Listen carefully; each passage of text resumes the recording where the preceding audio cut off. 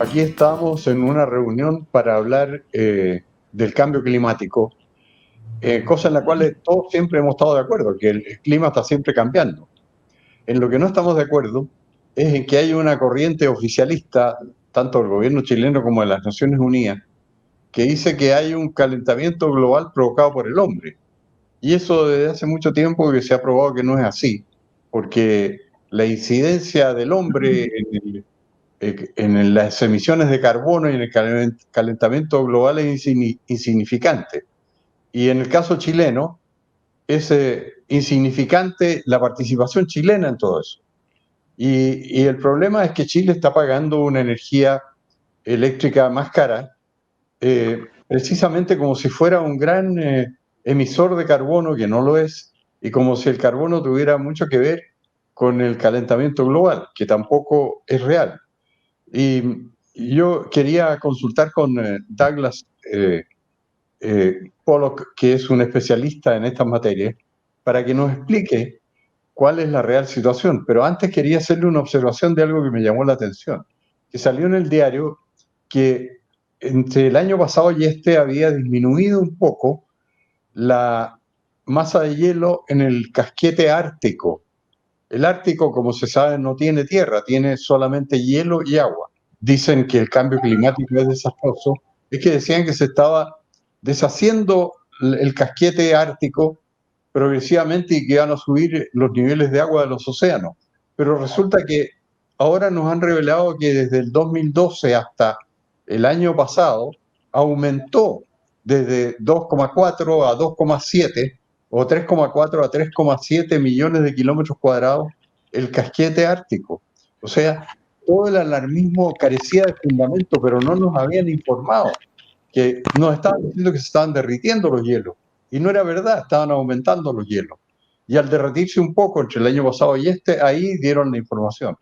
Bueno, eso era una cosa que me llamaba la atención. Pero Douglas, yo quería que empezáramos contestando una pregunta. ¿Por qué es importante tener un sistema de generación de energía y acceso a fuentes de energía baratas para la economía de un país? Bueno, es bastante obvio que es importante tener acceso a las más baratas, pero usted tiene una formación en ese sentido y ha hecho estudios con un ingeniero civil. Sí, efectivamente. Usted se refiere al ingeniero civil Eduardo Escafe, que acabamos de terminar un modelito que demuestra qué es lo que pasa con las energías renovables cuando son integradas a una matriz. El consumo de la energía en cualquier parte es la base para el desarrollo de un país, para su crecimiento económico y por supuesto, para la prosperidad.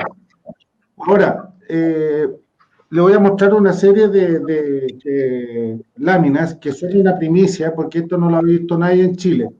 Y le voy a explicar al final de quién son esas láminas. ¿Ya?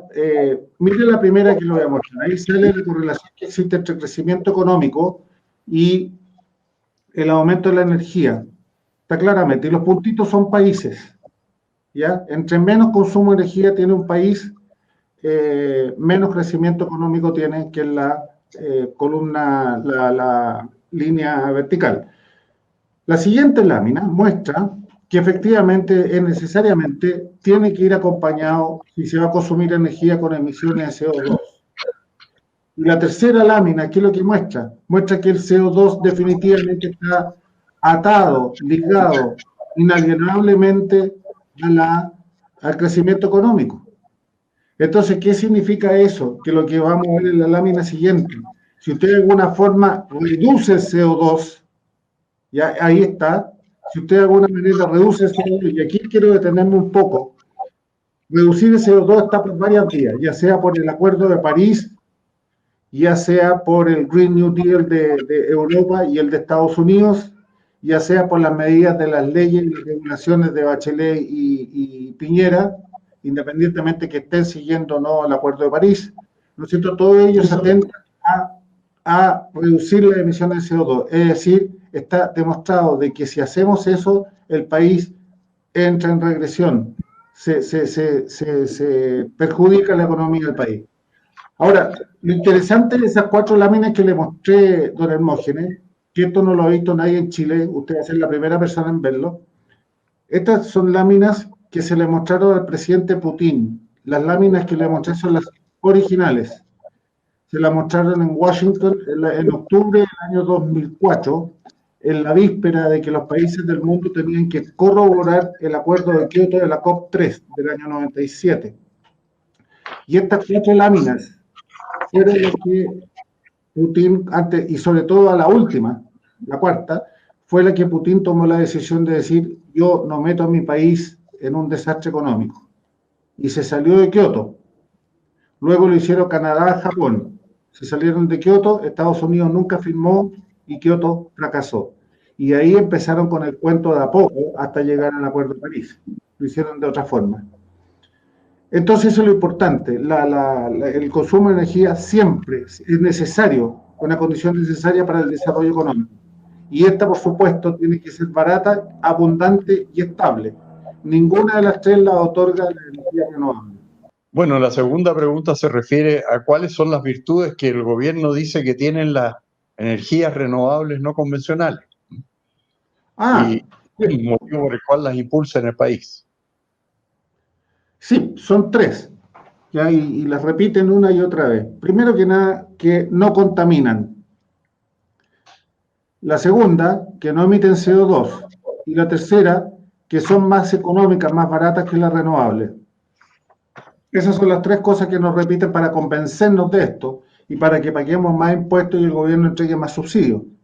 Ese es el argumento que usan. Bueno, ¿y es verdad todo eso? No, las 3 son falsas, totalmente opuestos, ¿ya? O sea, cumplen con los requisitos contrarios a lo que ellos dicen. Miren, por ejemplo, de que son más limpias. Lo que pasa con esta gente es que nos muestran estas maravillas desde la vitrina en adelante. Ya, por ejemplo, un auto eléctrico nos muestra el autito de la vitrina y en adelante y su comportamiento. Bueno, efectivamente emite poco CO2 un auto eléctrico, pero no nos muestran río arriba desde la vitrina hasta el momento en que estaban haciendo la minería para construir las baterías, la acería y las fundiciones, ¿no es cierto? Entonces, por ejemplo, en el caso de la energía renovable, hay un gran problema tanto en la minería, principalmente de tierras raras, y los relaves y los elementos contaminantes cancerígenos y ¿cómo se llama? Y radioactivos que quedan como subproducto de ese tipo de minería. Le estoy hablando de elementos como el torio, el cobalto, el uranio, metales pesados, sobre todo en la minería del neodimio. En el caso de las palas o las aspas de las turbinas de viento, también producen el famoso, ¿cómo se llama? Elementos cancerígenos y radioactivos, el galio, el cadmio, el cobalto, o los reciclables como las estructuras de concreto. Una turbina puede llegar a pesar cerca de 1000 toneladas, solamente el nacelle arriba donde está el rotor, donde está la turbina, esa pesa 140 toneladas. Fibra de vidrio, poliuretano, cloruro de polivinilo, y que hacia el 2050 habrá más de 43 millones de toneladas de desechos solo de las aspas de las turbinas de viento, y no se sabe qué hacer con ellas, porque no son reciclables. Y aquellas partes que son reciclables son tremendamente caras de extraer a un precio mucho menor de lo que cuesta extraerlas. Entonces son no reciclables y es mucho más barato botarlas, y eso está ocurriendo hoy día, con desastres ecológicos tremendos. Entonces, que no vengan a decir que son limpias, son mucho más sucias que cualquier auto petrolero o bencinero, o una generación de carbono gas. En el caso del autito eléctrico, fíjese usted que tanto es así la comparación entre, mirando en el ejemplo de la vitrina hacia atrás, que un auto eléctrico termina consumiendo algo así como 49-50% más, o bien al revés, un bencinero emite 33% menos CO2 en una vía útil de 50.000 millas u 80.000 kilómetros, considerando la minería y los procesos de fundición y de manufactura para producir ambos autos. Si usted suma esa cuestión y la divide en una vía útil de 80.000 kilómetros o 50.000 millas, llega a esa conclusión, que los autos eléctricos terminan emitiendo más CO2. O sea, y como vamos a ver a continuación, las energías renovables también emiten más CO2 a que tener una planta de gas de carbón funcionando sola sin ningún molino de viento o panel solar. Ese es el absurdo, es la contradicción más grande del mundo. quería añadir un antecedente, porque a la gente se le dice, el sol es gratis, el aire es gratis, y por lo tanto la energía renovable no convencional, que son paneles solares y molinos de viento, son mucho más baratos. Eso no es verdad, porque ¿por qué no es verdad? Usted tiene buenas razones para demostrar que no es verdad que el sol es gratis y que el viento es gratis, sino que salen más caros. ¿Por qué salen más caros? Con ese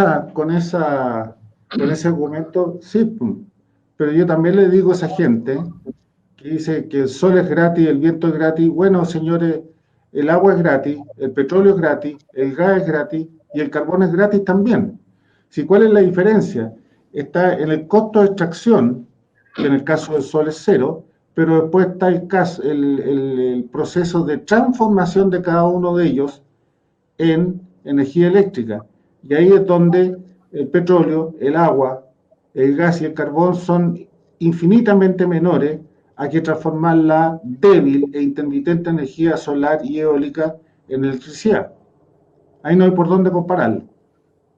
Bueno, pero lo que tiene que aclarársele a la gente es que estas fuentes aparentemente gratuitas de energía, el sol y el aire y el viento, requieren un respaldo de las fuentes tradicionales de energía, requieren respaldo porque no funcionan todo el tiempo, porque en la noche no hay sol y porque cuando no hay viento simplemente no funcionan los generadores.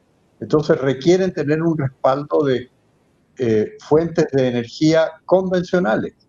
Y eso es lo que cambia completamente la visión de que estas cosas sean gratuitas, porque no lo son. ¿No es así, Douglas? Exactamente, exactamente. Fíjese usted que efectivamente, usted para tener un panel solar, digamos, funcionando, por cada megawatt que produce durante una hora, o sea, 1 megawatt hora, usted necesariamente tiene que tener en otra parte de la red 1 megawatt listo para entrar en producción. ¿Ok? Y aquí le voy a mostrar el modelo de por qué la energía en la red sube a medida que usted le va inyectando mayor participación de las renovables. Entonces, mientras que la eólica o la solar está generando energía eléctrica porque hay sol en este momento, está generando y entregando su energía. ¿Qué es lo que pasa en ese momento con la central térmica? Está funcionando, porque no la puede apagar. Y cuando se acabe el viento, el sol no puede prenderla como quien prende una ampolleta. La tiene funcionando, gastando enormes cantidades de gas sin producir electricidad. Ese es un tremendo costo. El segundo elemento es cuando tiene que empezar a generar energía eléctrica, ocurre lo que se llama en inglés el ramp up o la aceleración forzada, pasar de 0 a 100 kilómetros en 3 segundos. Eso gasta una cantidad enorme de combustible, ¿no es cierto? La aceleración de cualquier vehículo, a que comparado con la situación de que esté funcionando normalmente a alta velocidad. Eso lo sabe cualquiera que haya manejado un auto. Bien, entonces ahí es cuando empieza a producir. Ese es un elemento enorme por la cual, a medida que aumenta la matriz renovable, aumenta los costos operacionales de las renovables. Y el otro asunto que es muy, muy importante es que por cada megawatt que usted produce en una renovable, le está quitando ese megawatt hora a la central térmica. Entonces, ¿qué significa eso? Que el costo del capital, que es un ítem muy importante que va en los precios de largo plazo en la red, se disparan, se van para arriba. Entonces, esos dos elementos son las principales variables del aumento del costo de la electricidad en la red, mucho más allá que el costo del capital proveniente del costo de la inversión de la energía renovable.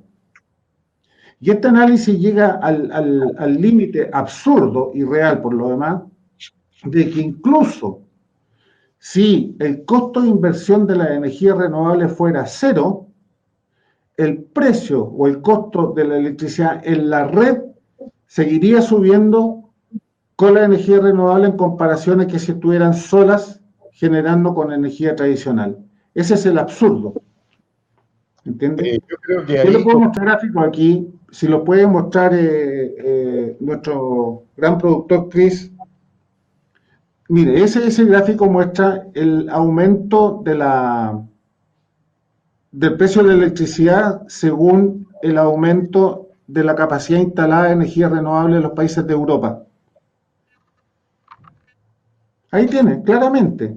Entre más capacidad instalada tiene un país, más cara la energía eléctrica. Y al lado derecho arriba está Alemania y Dinamarca, primer y segundo país más caro del mundo en energía eléctrica. porque tienen más capacidad eólica y solar. Exactamente, en desmedro de las de gas. Claro, las de gas, y en el caso de Alemania tienen un problema enorme, porque al tener tanta capacidad instalada de las renovables, por lo tanto, los costos operacionales y capital se van a las nubes en las de respaldo, las de gas térmica, que hoy día el sector privado no está interesado en meterse ahí y ha tenido el gobierno que entrar a subsidiar a las plantas térmicas para que sigan invirtiendo y sigan manteniendo la eólica, el muerto, como se dice. Bueno, el hecho es que en la medida en que tienen más energía solar y eólica, tienen electricidad más cara. Y eso es lo que amenaza con suceder en Chile también. En la medida en que estamos reemplazando la matriz energética por eólica y solar, estamos llegando a tener la electricidad una de las más caras en la OECD. ¿No es así? Exactamente, exactamente. Y eso a pesar de que los precios han bajado en el tiempo. ¿Qué precios han bajado en el tiempo? Dice, a pesar de El que precio de la electricidad ha bajado y así y todo, somos en los últimos 10 años. El precio de la electricidad ha bajado en Chile, pero así y todo, seguimos siendo de los más caros de la OCDE. Hoy día ya debemos estar en el puesto más o menos 4. Si estaríamos en el puesto tercero porque Piñera congeló las tarifas del metro y de la alza de los precios de la casa de habitación a raíz del 18 de octubre, ¿se acuerda? Sí. Entonces, pero las empresas tienen que seguir recibiendo esa alza. Así que yo creo que la alza la están sacando del gobierno y no de los consumidores. Yeah. Pero esa información no la tenemos nosotros. Bueno, la otra cosa que atenta en contra de la energía renovable es que tienen un IROI. Un IROI significa energía invertida versus energía entregada. Imagínense usted, el petróleo tiene una energía, un ROI que se llama, de más o menos 12. Es decir, por cada unidad de energía que empleo para extraer el petróleo y refinarlo y dejarlo listo para su uso, si necesito uno, el petróleo entrega 12 unidades de energía. En el caso de las energías renovables están todos bajo 1, o sea, menos de 1. Son muy débiles. Es más caro generarlas que la electricidad que producen. Exactamente, exactamente. Y en el caso más dramático de todo, la energía solar sobre los paralelos 35, norte y sur en la Tierra, usted necesita, y para una vida útil de 30 años, se emplea más energía en construir el panel solar que la cantidad total de energía sumada a lo largo de los 30 años puede entregar ese panel. Imagínese. O sea, se Pero gasta mucho antes la que genera.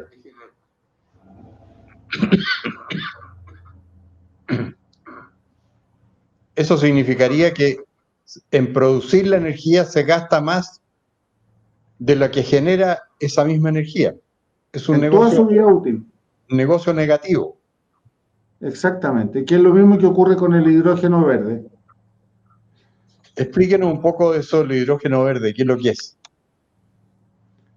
Bueno, el hidrógeno verde es un nombre que le pusieron estos señores verdes para distinguir a las formas de obtener el hidrógeno, que es a través de la electrolisis, o sea, ponerle electricidad al agua, con eso usted separa el oxígeno del hidrógeno, pero la fuente de la electricidad son molinos de viento y paneles solares. Por eso se le llama verde. Sí. Otro disparate más que se le ocurrió. Bueno, o sea, entonces... el hidrógeno que no es verde es más conveniente porque es más barato, cuando se necesita hidrógeno. Exactamente. Es otro mal negocio que hacen los países. Claro. Bueno, y para seguir con el tema para terminar de demostrar los argumentos de por qué la energía es una red eléctrica, a medida que aumenta la participación de energías renovables, se va encareciendo cada vez más. Ya lo dijimos en resumen, es por el que se disparan los gastos de combustible, o sea, operacionales, o costo marginal también, ya porque el costo marginal es el criterio que usa el centro de despacho para dejar entrar a una planta que está generando. Entonces, el costo marginal o el costo de combustible de una solar y una eólica es cero. Entonces, ellos siempre están primero en la fila. Y luego entran las demás, como la de combustibles fósiles, en los momentos en que no hay energía solar y eólica. Entonces ahí entran, pero entran con precios mucho más altos a que la situación si estuvieran trabajando normalmente. Porque tienen que reiniciar el funcionamiento y eso es muy caro. Acelerarlo, claro. No, claro, acelerarlo de punto neutro, por ponerle un nombre de Valentina adelante, acelerarlo, pero mientras que la solar estaba funcionando, también estaban gastando combustible, pero sin producir electricidad, que también se suma, ¿no es cierto?, al costo final de la matriz. Entonces, finalmente, uniendo todas las cosas,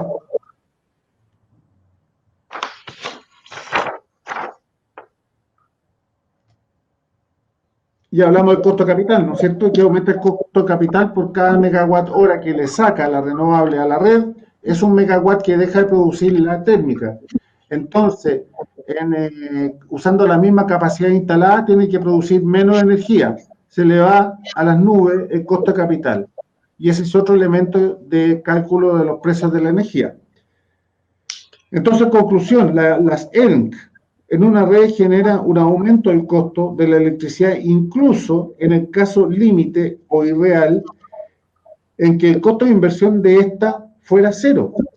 Entonces, cuando los políticos gobernantes sostienen que el precio de la electricidad baja en el tiempo, gracias a la disminución del costo de las energías renovables, ello se debe a la disminución del precio del petróleo y no a la disminución del costo de las energías renovables. Ve usted, estos son los últimos 10 años de los precios de la energía del CEN, del Servicio Eléctrico Nacional. El precio del petróleo baja de la mano con una altísima correlación con el precio de la electricidad. Ahora, aquí al lado derecho son las electricidades más caras del mundo, como habrá sido antes. Pero no por el precio de la energía renovable, es porque los costos de operación, dado la baja del precio del petróleo, están operando en condiciones más económicas. Y esa es la única razón. O sea, en el fondo se ha debido toda la baja del precio de la electricidad en estos últimos 10 años a que ha bajado el precio del petróleo. Claro. Y no a que haya exactamente, mire, no convencional. Yo le puedo mostrar un esquema, un gráfico, que lo puede mostrar Chris, por favor, ese que salen dos gráficos. Ahí está resumido la diferencia en costo a ese mismo. El de arriba al lado derecho muestra cómo sube el precio o el costo de la red a medida que va subiendo, que se elegía abajo, la participación de la energía renovable en la red. Sí. En el primer punto, al lado izquierdo, ya prácticamente son parecidos los costos de la curva azul, que es la tradicional, la planta de gas, digamos, o carbón, tanto en su costo variable como su costo de capital. Y va subiendo, a medida que va aumentando el porcentaje de participación de la renovable, va subiendo el costo. Y en el gráfico de abajo se muestra cómo sube con ese mismo aumento de participación de las renovables, cómo aumenta el costo total de la red. Sí. ¿Ya? El de arriba es cómo sube el de la red y perdón, no el de la red, la renovable y la tradicional. La azul es la planta de gas, digamos, y la verde es la renovable. ¿Por qué la renovable es una línea recta? Porque se supone de que toda la energía que produce ya entra a la red y se consume. Por lo tanto, no varía su costo de capital y su costo de combustible es cero. Porque efectivamente el sol y el viento no tienen costo.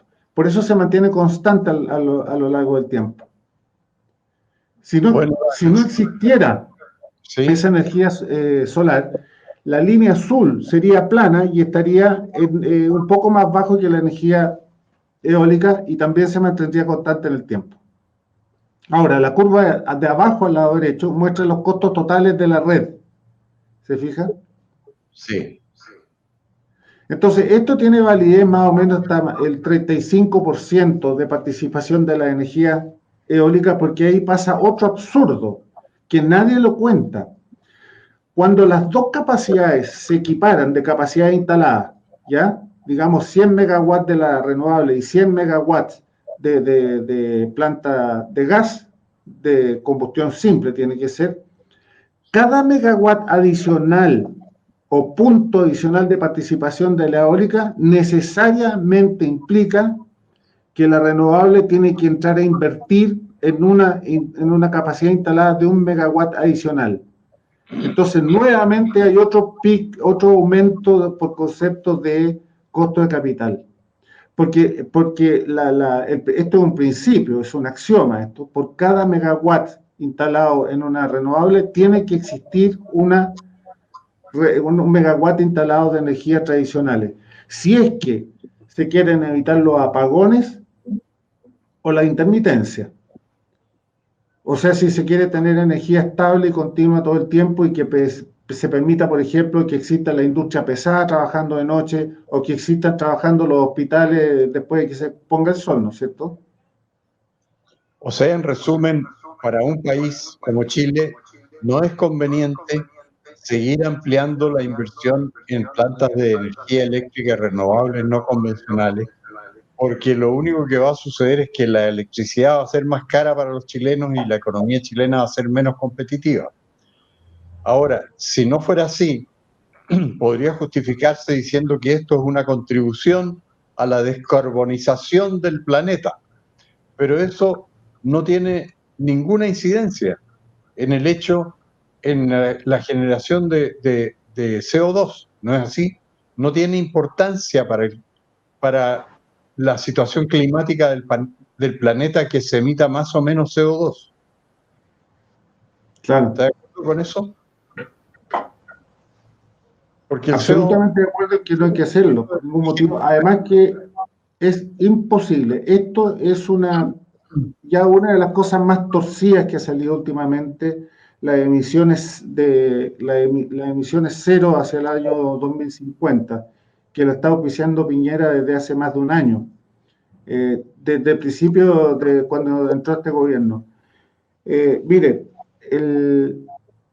ya había dicho ya que en un sistema combinado, perdón, que en un sistema combinado, energía tradicional con energía renovable, el sistema combinado emite más CO2 por la curva que le mostré, aquí en la situación de la energía tradicional o basada en combustibles fósiles, estuviera sola sin ningún molino de viento generando energía o compartiendo la red. Se produciría mucho menos CO2. Con el sistema mixto produce mucho más. Entonces, de ahí uno puede deducir inmediatamente que tender a emisiones cero neto hacia el año 2050, o sea que dejemos de emitir CO2 o que emitamos CO2 hasta el punto en que un arbolito lo puede absorber. Bueno, yo he calculado cuántos arbolitos se necesitarían para que el ser humano dejara de emitir CO2. Es también otra falacia, otra disparate que ocurrió, qué sé yo, Alexandre Ocasio-Cortez o alguien así.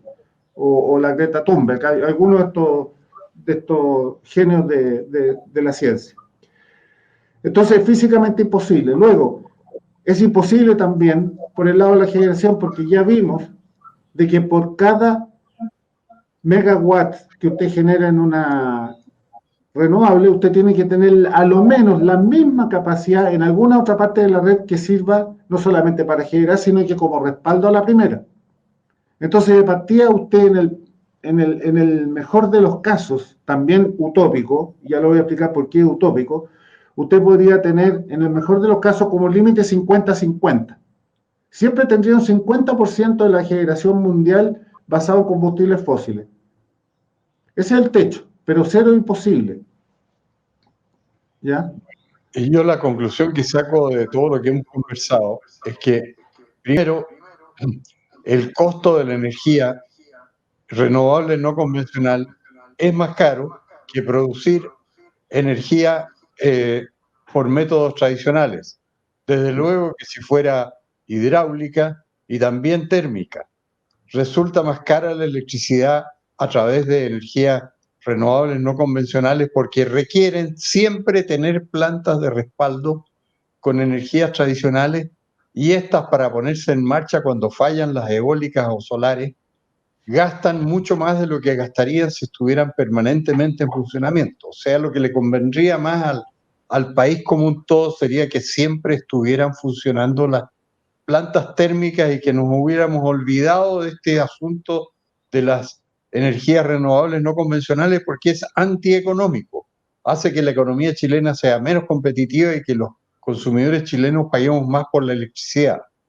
Pero nos podrían haber dicho es que así estamos contribuyendo a la descarbonización de la atmósfera, a pesar de que la incidencia chilena en eso es prácticamente nula. Pero es que ese argumento tampoco es válido porque, según lo que nos acaba de acreditar Douglas Pollock, la producción a través de energías renovables no convencionales que requieren respaldo de plantas térmicas o a gas termina produciendo también más carbono en la atmósfera que si recurriéramos exclusivamente a plantas tradicionales, a plantas térmicas o a gas, todavía con mayor razón a plantas hidráulicas. Claro. Así que la conclusión general es que el país en materia de electricidad está haciendo un muy mal negocio que atenta contra el bienestar de los chilenos y contra la prosperidad de la economía chilena y contra el crecimiento de nuestra economía. Esa es la conclusión que yo saco de lo que hemos venido conversando. Claro, perfecta su conclusión, don Hermógenes. Yo agregaría nomás que aunque se pudiera hacer, imaginemos por un momento que podemos hacer magia, y aunque se pudiera tender a emisiones cero neto hacia el año 50 o cualquier año, Piñera la había adelantado al año 30, y después nunca más habló de eso. El impacto en la temperatura sería el de haber prevenido que suba en 0,1 grados Celsius en 30 años. Nuevamente, algo inmedible por instrumento alguno. Un impacto en el efecto invernadero del 0,0001%. Nuevamente, cero impacto inmedible por instrumento alguno. O sea, ¿cuánta más radiación va a dejar de quedar en la atmósfera y en vez de subir al espacio? Ese es el porcentaje. Un nulo impacto en el clima, ¿ya? Pero un desastre en las economías mundiales. Entonces se justifica para alguien estas emisiones cero neto exclusivamente al mundo de la izquierda mundial. En el caso de la Unión Europea completa, que es de izquierda, los demócratas de Estados Unidos y el presidente de Chile, don Sebastián Piñera. Nadie más. Y también para el bienestar de un contingente numeroso de funcionarios de las Naciones Unidas que viven de este tema. Claro. Y que tienen altas remuneraciones por tenernos convencidos de que el planeta se está calentando, de que los océanos van a aumentar de nivel por el derretimiento de los hielos y que no nos cuentan que desde 2012 hasta 2020 el casquete ártico había aumentado de superficie. Bueno, creo que estamos llegando a... Eso Y eso es precisamente el cero impacto que tiene el CO2 en lo que está ocurriendo o no ocurriendo con los hielos. Y todas estas medidas, pues, don Hermógenes, el solo intento de hacerlas nos van a llevar a dos cosas. O de vuelta a la edad de piedra que tú podrías mostrar, Chris, la última lámina, de vuelta lisa y llanamente a la edad de piedra, sin la posibilidad de quemar un palo para hacer un asado mamut, ¿ya? O bien pasar por la exterminación masiva de la especie humana. Son las únicas dos alternativas. Y a eso nos quieren llevar.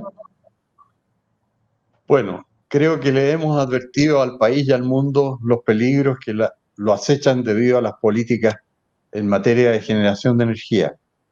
Le agradezco mucho, Douglas, su contribución tecnológica y de información y gráfica. Y yo por lo menos me retiro más convencido que nunca de que la solución ideal habría sido que se hubiera aprobado el proyecto de Hidroaicén y ahí habríamos tenido energía más limpia y más barata por los siglos de los siglos. Pero la política impidió que ese buen propósito se llevara a cabo y solo tenemos que confiar en que algún nuevo gobierno reimpulse ese proyecto. ¿No es así? Exactamente. Y que me ponga a mí de ministro de Energía. Yo lo construyo para Chile. Muy bien, ya tenemos un Eso, candidato. eso, eso es wishful thinking, se dice, ¿eh? Solo nos falta un Pero presidente que lo designe. eso tiene que ser así. Tiene que ser así como dice usted. Muy bien, pues, don Hermógenes. Ha sido un placer hablar con usted nuevamente y en una próxima oportunidad, si quiere, podemos andar más en los hidrógeno verde, que es el otro disparate que se viene encima. Sí, porque está teniendo mucha prensa el hidrógeno verde y eso hace pensar que puede ser otro costo adicional para los bolsillos de los chilenos que no tenga ninguna justificación. Tal Bueno, como lo dijo el ex ministro Mena, aumentar los impuestos al carbono y las regulaciones. bueno, Douglas, muchas gracias y será hasta una próxima oportunidad. Ok, pues, igualmente, don Hermógenes, que esté muy bien. Hasta luego. Gracias, hasta luego.